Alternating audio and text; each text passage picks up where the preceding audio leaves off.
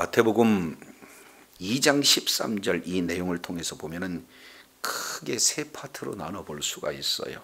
2장 13절부터 15절까지는 예수님께서 애굽으로 피난 간 내용, 동시에 16절부터 18절까지 이 내용은 유아 살해 끔찍한 일들이 나타나게 되어지는 거죠. 그런데 사람들은 악행을 하지만 우리 하나님께서는 이러한 악행에도 불구하고 하나님의 선한 뜻을 이루시는 그런 어떤 모습이 2장 16절부터 18절까지 기록되고 있는 것을 보게 되어져요.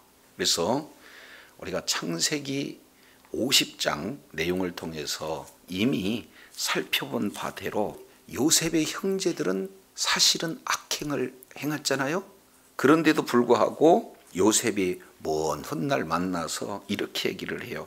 당신들은 나를 해하려 하였으나 하나님은 그것을 선으로 바꾸사 오늘같이 만민의 생명을 구원하게 하시느니라. 헤롯 왕은 2살 이하의 아이들을 죽였어요. 그런 악행에도 불구하고 오히려 그것을 이제 선지자 예레미야로 하신 그 말씀을 이루는, 하나님의 뜻을 이루는 그런 내용이 두 번째 파트로 말씀이 이렇게 소개가 되고 있습니다. 이어서 19절부터 23절까지 이 내용은 예수님께서 애굽에서 이제 귀환하셨는데 그 귀한 장소가 갈릴리 지방 나사렛에 이렇게 오셨다. 그래서 이제는 갈릴리를 중심으로 예수님의 그런 사역이 이루어지는 모습들을 우리가 2장 이 내용을 통해서 살펴볼 수가 있습니다. 자, 이제 2장 13절 보시죠. 그들이 떠난 후, 여기서 그들이라고 하는 것은 동방박사들에 대한 내용을 말씀하고 있죠. 자, 그들이 떠난 후에 주의 사자가 요셉에게 현몽하여 이르되 헤롯이 아기를 찾아 죽으려 하니 일어나 아기와 그의 어머니를 데리고 애굽으로 피하여 내가 내게 이르기까지 거기 있으라 하시니. 그러면 우리 하나님께서 주의 사자를 통해서 요셉에게 계시한 거예요. 방법은 꿈을 통해서 계시하시죠. 왜냐하면 왜 꿈을 통해서 말씀을 하러 오셨는가? 헤롯이 아기를 찾아 죽으려고 한다. 그러니 크게 지금 세 가지, 일어나, 데리고, 피하라 이렇게 말씀하고 있어요. 그리고 피한 장소에서 계속 있어라 하는 우리 주님께서 피할 길을 제시하고 계시다라는 사실을 지금 말씀을 하고 있는 것을 보게 되죠. 자, 14절 보시죠. 요셉이 일어나, 그 다음에 밤에 그의 아기와 그의 모친을 데리고 어디로 떠나갔습니까? 애굽으로 떠나갔다. 그리고 헤롯이 죽기까지 있었다. 그래서 13절 4개의 동사 내용이 그대로 뭐예요? 즉각적으로 순종하는 그런 내용을 봅니다. 얼마나 긴박하게 이 내용이 이루어졌는가. 14절 조금 더 보시죠. 요셉이 일어나 밤에 그랬습니다. 여기서 밤이라고 하는 것은 긴박성. 사실은요, 아이 데리고 아내와 함께 애굽으로 먼 길을 간다는 거 쉬운 일이에요? 쉬운 일이 아니에요? 쉬운 일이 아니란 말이죠. 그것도 낮이 아니는 밤에 떠나는 거, 이게 쉬운 결단이 아닙니다. 지금 거주가 있는 이 고향을 떠나서 이제 국경을 넘어가지고 다른 나라로 가는 거, 이거 쉬운 일이 아니에요. 그럼에도 불구하고 뭐예요? 하나님의 말씀에 즉각적으로 순종했다. 이것은 목숨 건 순종임을 우리가 살펴볼 수가 있습니다. 자, 그러면 요셉은 어떻게 해서 이렇게 즉각적으로 순종했을까 하는 내용은 우리가 1장에서 요셉의 믿음에 대해서 우리가 살펴봤습니다. 요셉을 성경은 1장 19절에 그 남편 요셉은 의로운 사람이라 이렇게 말씀을 하고 있어요. 그래서 그를 드러내지 않고 가만히 끊고자 했다, 이런 내용을 통해서 요셉이 의로운 사람임을 말씀하고 있죠. 이 내용은 상대방의 허물을 들춰내서 죽이고자 함이 아니라 오히려 상대방의 허물을 덮어서 살리고자 하는 바로 그 모습을 의다 이렇게 표현하고 있습니다. 그러니까 율법과 비교할 수 없는 그 의는 어디에서 완성된 의가 되느냐? 십자가에서 완성된 의다.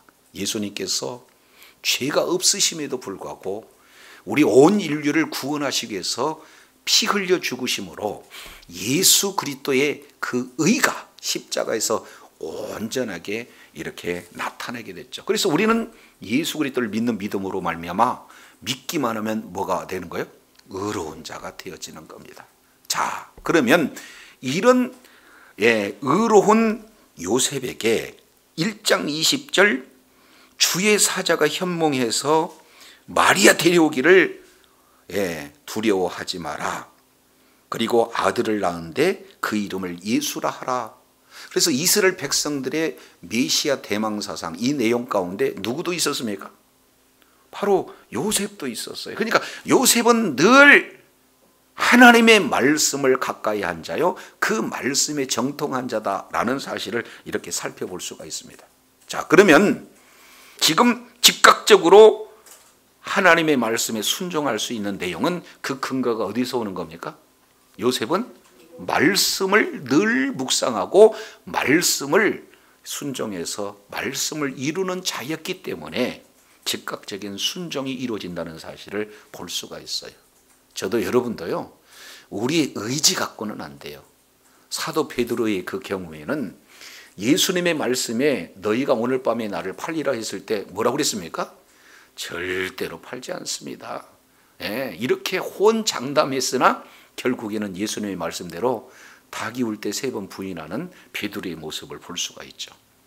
그래서 요셉의 경우에는 늘 하나님의 말씀에 붙들린 삶, 그 말씀에 순종하는 그런 삶을 평상시에 살았기에 하나님의 말씀을 듣자 그대로 순종하는 그런 어떤 모습들을 볼 수가 있습니다. 자, 15절 보시죠. 하반절에 주께서 선지자를 통하여 말씀하신 바 애굽으로부터 내 아들을 불렀다 함을 이루려 하심, 이렇게 말씀하고 있으니까 요셉은 이 호세아 말을 뭐하고 있어요? 늘 묵상한 거죠.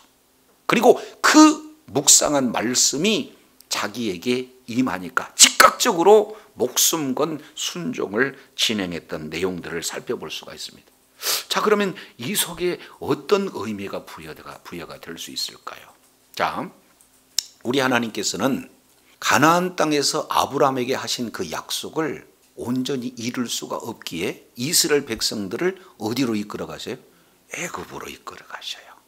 이 내용은 창세기 15장에 우리 하나님께서 아브라함과 맺은 횃불 언약 속에 그 고스란히 담겨져 있죠. 그래서 너희가 애굽으로 내려간다, 이방으로 내려간다. 그래서 이방 그런 임금을 섬기다가 4대 만에 다시 이제 약속의 땅 가나안 땅으로 올 것이다 라는 그 약속을 하시잖아요.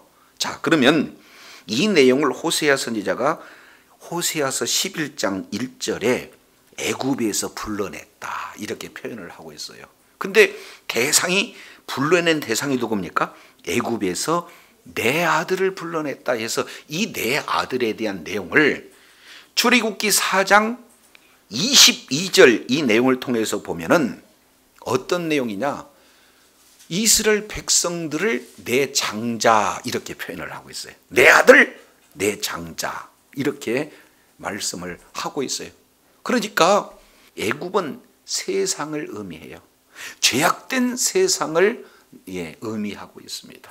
하나님의 백성들이 이제는 죄악된 세상 가운데 이제 정말로 노예로서 종으로서 고난 고통 가운데 큰 어려움 가운데 있었을 때 우리 주님이 출애굽을 하는 애굽에서 불러내시는 것으로 이스라엘 백성들을 구원한 것과 똑같이 우리 주님이 어디 가시는 거예요? 애굽에 직접 가셔서 애굽에 있는 모든 것들을 경험하게 되어지는 거고, 그리고 그 세상 사탄과 마귀에게 얽매여서 고난받고 있는 모든 인류를 구원에는 그 일을 호세아 선지자는 예언한 거고, 그 예언이 실제 뭐예요? 이루어졌다라는 사실을 이렇게 말씀하고 있습니다. 그러니까 예수님께서 이 땅에 오신 목적을 애굽에 내려갔고, 그리고 내려갔지만 다시 우리 하나님께서 불러내시는 것을 통해서 예수 그리스도의 사역을 아주 잘 표현하는, 예수님이 왜 이 땅에 오셨는가 하는 분명한 이유와 목적을 아주 말씀이 성취되는 것으로 이렇게 보여주고 있습니다. 자, 두 번째예요.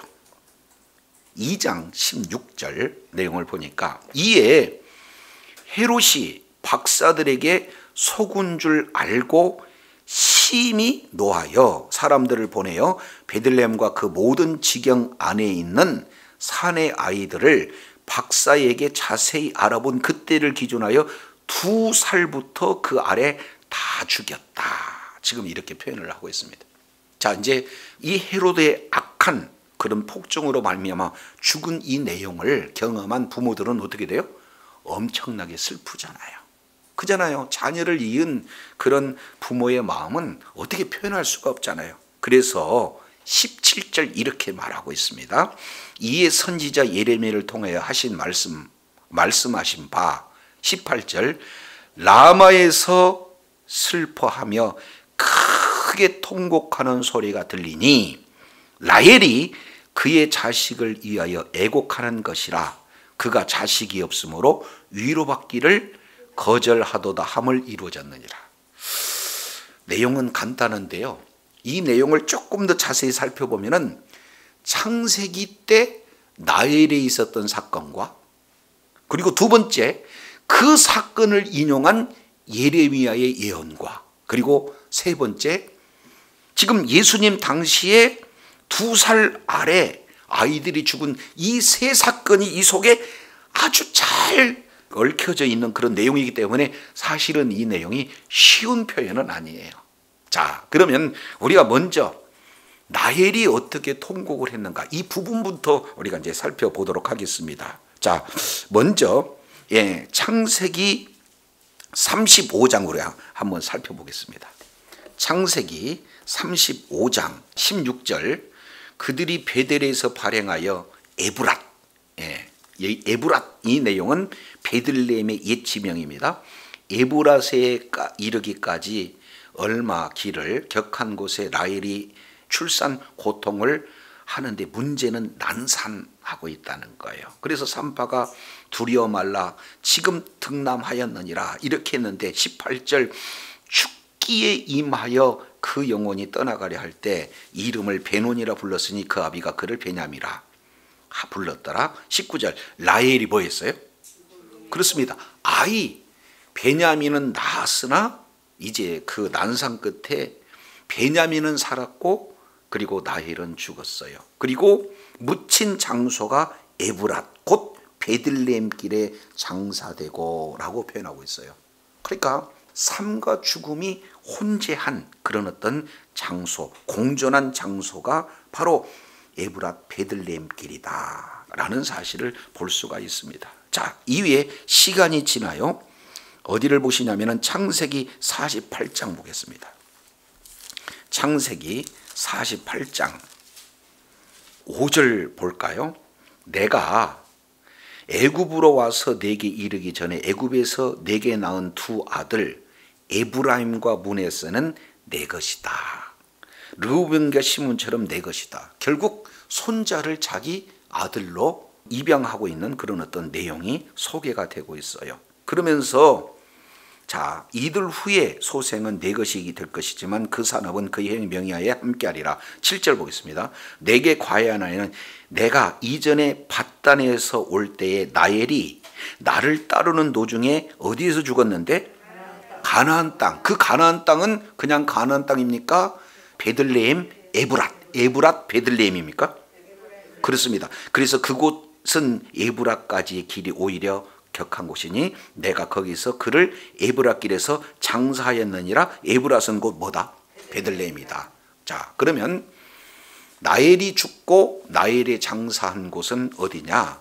바로 에브랏, 다른 말로 베들레헴에서 이렇게 죽었어요. 그러면서 이제 어마어마한 지금 나일의 그런 슬픔 그 내용이 그곳에 고스란히 지금 담겨져 있어요. 그러면은 나일이 왜 통곡할 수밖에 없었을까 하는 내용을 살펴봤더니 바로 아이가 없어서.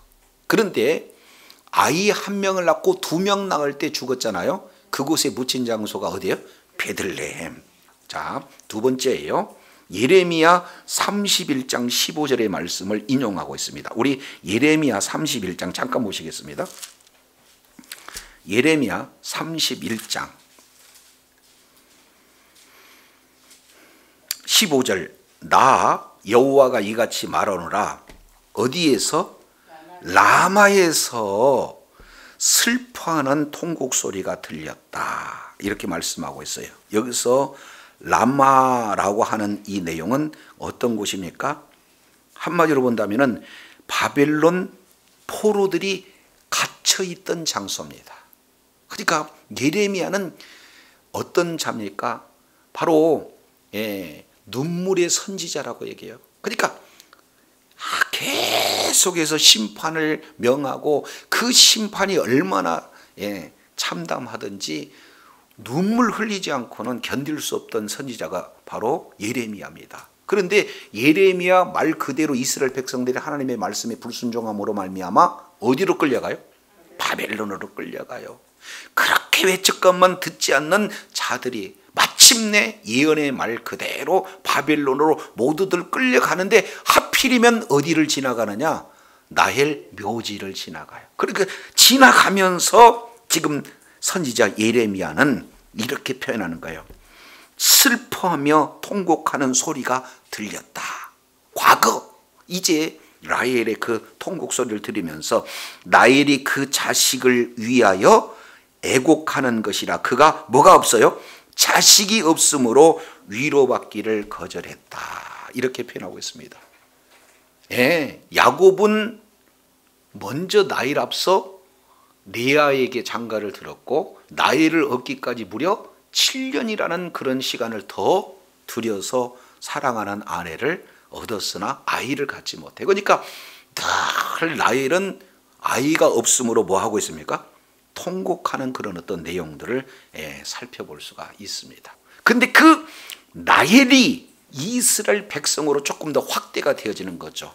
자, 바벨론 포로로 끌려갑니다. 많은 자들이 이제는 끌려갈 때 이스라엘 백성들의 장자가 끌려가는 그런 모습을 보면은 대가 끊긴 거예요? 끊기지 않는 거예요?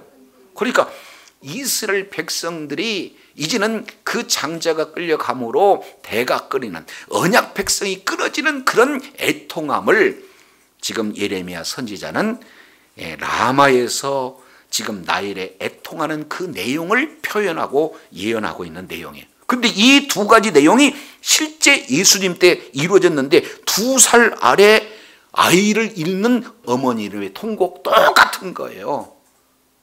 하나님의 이제 언약 백성이 끊어진 것에 대한 애통함. 자, 이 3가지 내용들이 이렇게 소개가 되고 있는데, 자, 여기에는 하나님의 놀라운 은혜가 지금 적용이 되어지는 거예요. 왜냐하면 라헬의 그 통곡에 대한 내용을 하나님이 들으시고, 애굽에서 이제는 요셉이 죽었습니까? 아니면은 살아서 2 아이를 낳습니까?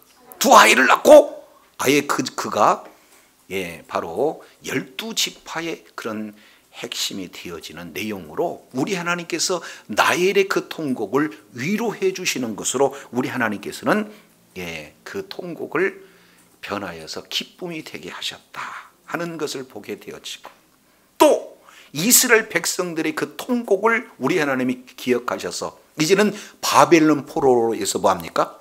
제2 출애굽이라고 하는 그런 내용으로 우리 하나님이 그 통곡을 이루어 주셨어요. 근데 사실은 오늘 여기에서 내용을 통해서 보면은 온 인류의 바로 그 애통함, 그 내용을 2살 아래 아이를 죽임당한 부모의 애통함으로 우리 하나님께서 묘사하시면서 진정한 온 인류 가운데 언약의 백성에서 끊어지고 자녀가 죽는 그 위로받을 수 없는 그 애통함을 도리어 예수 그리스도가 죽은 줄 알았더니 애굽으로 피난해서 이제는 애통이 기쁨으로 되어지는 구원의 놀라운 역사가 예레미야 선지자를 통해서 예언한 근대로 이루어지게 되는 줄로 믿습니다.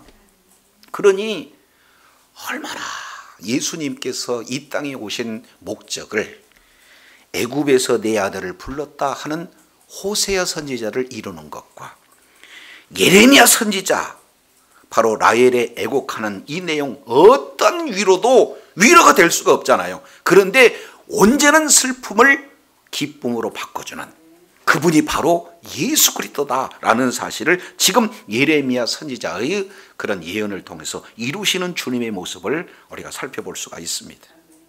자, 그러면서 세 번째 19절 헤롯이 죽은 후에 주의 사자가 애굽에서 요셉에게 현몽했습니다. 지금 세 번째 꿈으로 계시하고 있는 내용들을 보게 되죠. 20절입니다.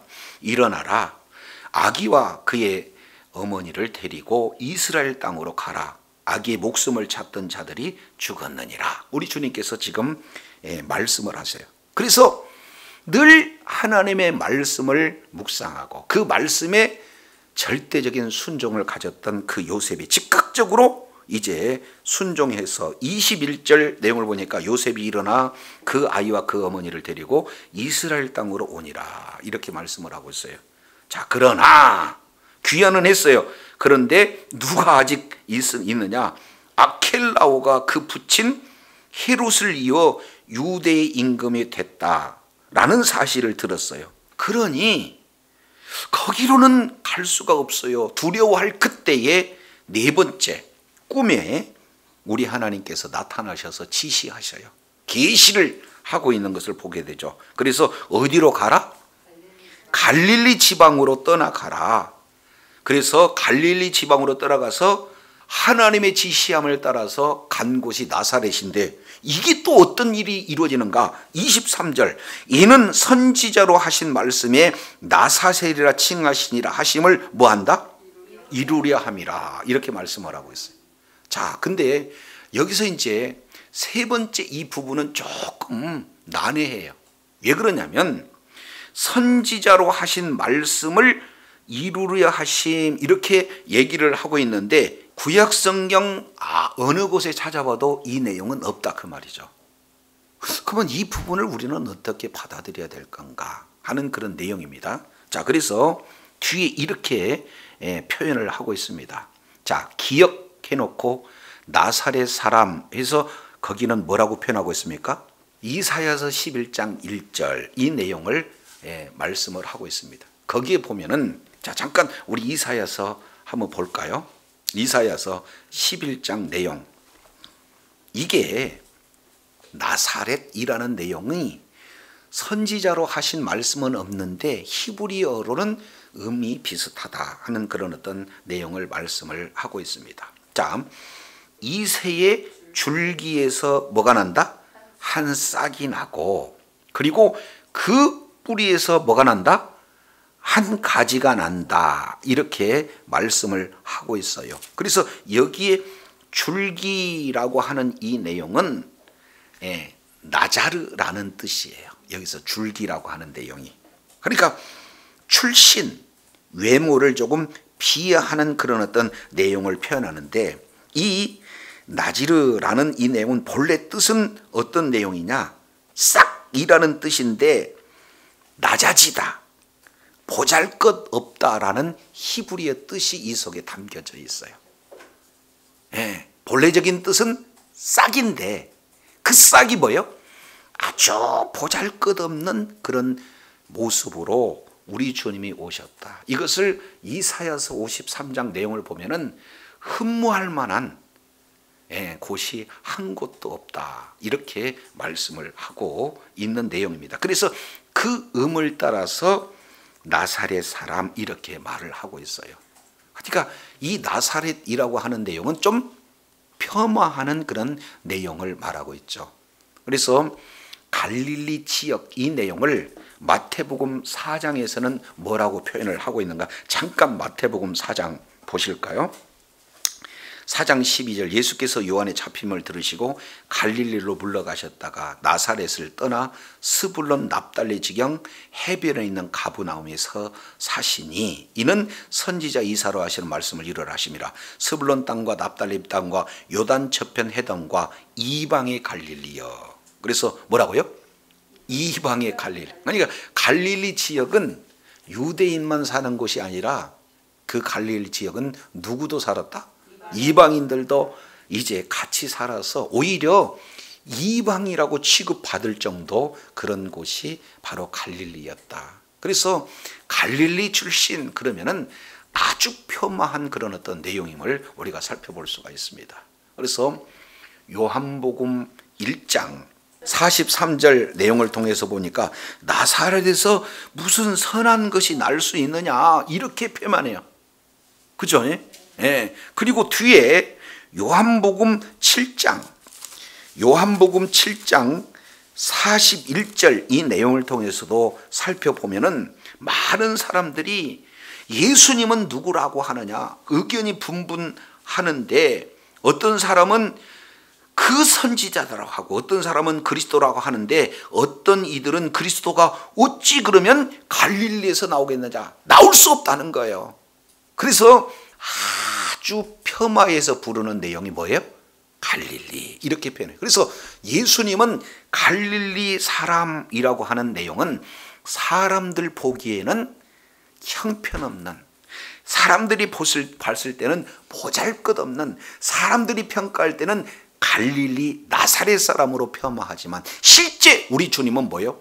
모든 사람들이 우러러보는 가장 높은 왕 중의 왕이 바로 우리 주님이시다라는 사실을 이렇게 말씀을 하고 있어요. 그래서 오늘 2장 내용을 보면은 예수님에 대한 칭호가 소개가 되고 있습니다. 첫 번째 내용을 보면 예수님은 2장 1절에 예수께서라고 했으니까 첫 번째 이름이 예수다 이렇게 말씀하고 있어요.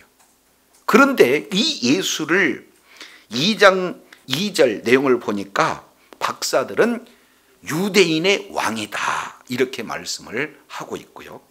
그리고 세 번째 내용을 보니까 2장 4절에 헤롯 왕은 유대인의 왕을 누구라고 표현하고 있냐면 그리스도는 기름 부음을 받은 자잖아요. 그래서 이 내용을 황금 유향 모략을 통해서 우리가 살펴봤듯이 만왕의 왕 그리고 큰 대제사장 그리고 참 선지자로 오신 분이 바로 예수님, 바로 그리스도다, 메시아다. 세 번째 이 내용을 말씀하고 있는데 2장 6절에 이렇게 표현해요. 한 다스리는 자, 왕을 얘기하는 거예요. 통치자를 얘기해요. 그래서 내 백성 이스라엘의 목자가 되어진다 하는 내용을 네 번째 표현을 하고 있습니다. 그리고 다섯 번째 오늘 11절 보니까 예수님에 대한 표현을 아기 예수 이렇게 표현하고 있습니다. 근데 이사야 선지자는 아기라고 표현은 하지만 아기가 뭐가 돼요? 그분은 기묘자, 모사, 전능하신 하나님, 영존하신 아버지, 평강의 왕 이렇게 아기로 다섯 번째 지금 표현을 하고 있는데 여섯 번째가 있어요. 2장 15절 내용을 보니까 뭐라고요? 내 아들 이렇게 말씀을 하고 있어요. 그래서 여기서 내 아들이라고 하는 이 표현은요, 우리가 잘못하면은 성부 하나님은 아버지고 그리고 성자 예수님은 아들이기 때문에 일반적으로 아버지가 낳은 아들 이렇게 생각하는데 이건 오해예요. 이건 이단적 생각. 그러면은 이 아들이라고 하는 내용은 높낮이가 아버지가 놓고 아들이 낳고 그런 내용이 아니다 그 말이죠. 자, 우리 잠깐 잠언서 한번 살펴보겠습니다. 잠언서 30장 이 내용을 통해서 보면은 2절에 나는 다른 사람에 비하면 짐승이라 왜냐하면 내게 사람의 속명이 있지 아니하라. 그러니까 똑같은 자라 할지라도 총명이 없으면은 짐승이나 사람이나 어떻게 해요? 똑같아. 지금 잠언 기자가 이렇게 표현을 하고 있는 거예요. 그러면서 3절, 나는 지혜를 배우지 못하였고 또 거룩하신 자를 아는 지식이 없거니와. 그러니까 하나님에 대해서 아느냐 못아느냐, 이 부분을 지금 말씀을 하고 있는데 4절 잘 보세요. 이 내용을 통해서 보면은 하늘에 올라갔다 내려온 자가 누구냐, 두 번째 바람을 장중에 모으는 자가 누구냐, 물을 구름에 싼 자가 누구냐, 땅의 모든 끝을 정한 자가 누구냐. 그러면 1번, 2번, 3번, 4번 내려보니까 하늘과 땅과 그 가운데 있는 바람과 물, 그러니까 온 우주 만물을 이렇게 창조하신 자가 누구냐, 이렇게 지금 질문하고 있는 거예요. 그러니까 누군지 모르면 하나님을 알 만한 지혜와 지식도 없는 거고, 아는 자면 하나님께서 온 우주 만물을 창조하실 뿐만 아니라 오늘 또 온 우주 만물을 뭐 하신다는 거예요? 통치하고 계시는 분이다 라는 사실을 지금 보여주게 되는 거죠. 자, 그러면서 중요한 게 5번째예요. 그 이름이 무엇인지, 그리고 6번째, 그 아들이 이름이 무엇인지 아느냐, 이렇게 얘기했어요. 그러니까 하나님은요, 성부 하나님, 성자 하나님, 성령 하나님, 동일한 능력, 동일한 지혜, 동일한 영광, 다 같은 분이에요. 그러니까 높낮이가 없다, 그 말이죠. 믿습니까? 예. 그렇기 때문에 원래부터 하나님은 성부 하나님으로 영원부터 영원까지 계시고, 성자 하나님으로 영원부터 영원까지 계시고, 성령 하나님으로부터 영원부터 뭐예요? 영원까지 계세요. 그러니까 영광과 능력과 존귀 모든 것이 다 동일하시다라는 사실을 우리가 살펴볼 수 있게 되어집니다. 그렇지 않습니까? 그래서 이제 마태복음 2장에서 나타나고 있는 바로 아들이라고 하는 이 내용은 바로 성자 하나님에 대한 표현이다라는 사실을 말씀하고 있고, 그리고 7번째 내용을 통해서 보니까 뭐예요? 나사렛. 여기서 사람들은 예수님을 폄하하고 사람들은 이제 아주 낮게 취급하고 있지만 그분은 가장 높은 곳에서 아주 가장 크신 능력으로, 가장 크신 권세로, 가장 크신 영광을 받으시기에 합당한 분이 바로 우리 주님이셔요. 그래서 오늘 2장 1절부터 바로 예수님에 대한 7가지 이름들을 우리가 이렇게 살펴보면서 오늘 이 3가지 선지자를 통해서 말씀을 이루시는 그런 내용 하나하나가 사실은 어떤 내용입니까?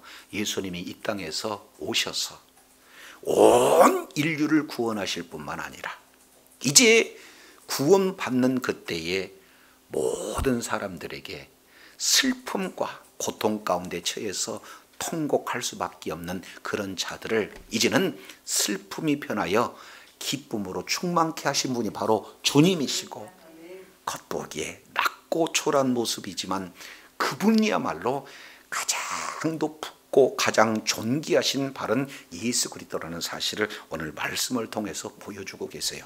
그래서 주님이 누구신지 이미 구약 성경을 통해서 예언하시고, 예언한 내용을 그대로 성취함을 통해서 예수님이 우리를 구원하시고, 예수님께서 잃어버린 우리의 참 기쁨과 평안을 주실 뿐만 아니라 예수 그리스도를 믿는 믿음을 가진 모든 자들을 이제는 이 땅에서 낮고 천한 그런 어떤 자리에 있는 자들을 취해서 가장 존귀한 자로 세우신 분이 바로 주님이신 줄로 믿습니다. 이제 마지막 한 구절 보고 마치겠습니다. 고린도전서 26절, 형제들아 너희의 부르심을 보라. 육체를 따라 지혜 있는 자가 많지 않고 능한 자가 많지 않고 문벌 좋은 자가 많지 아니하더라. 그러나 하나님은 세상에 미련한 자를 택하사 지혜 있는 자를 부끄럽게 하시고 세상에 약한 자를 택하사 강한 자를 부끄럽게 하시며, 하나님께서는 세상에 천한 것 멸시받는 것 없는 자들을 택하사 있는 것을 폐하려 하심이라.